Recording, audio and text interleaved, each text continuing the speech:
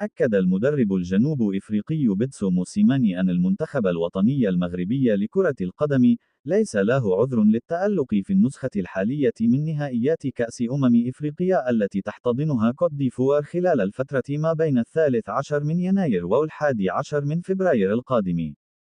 وقال موسيماني في تصريح لوسائل إعلام جنوب إفريقية: أتوقع أن يقدم المنتخب المغربي مباريات كبيرة في النسخة الحالية من كأس إفريقيا.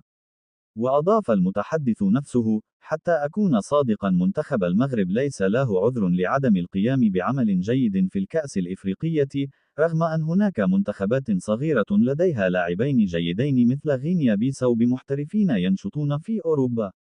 ويواصل المنتخب الوطني المغربي استعداداته للمشاركة في النسخة القادمة من الكان، حيث سيقص شريط مشاركته في هذه النسخة بمواجهة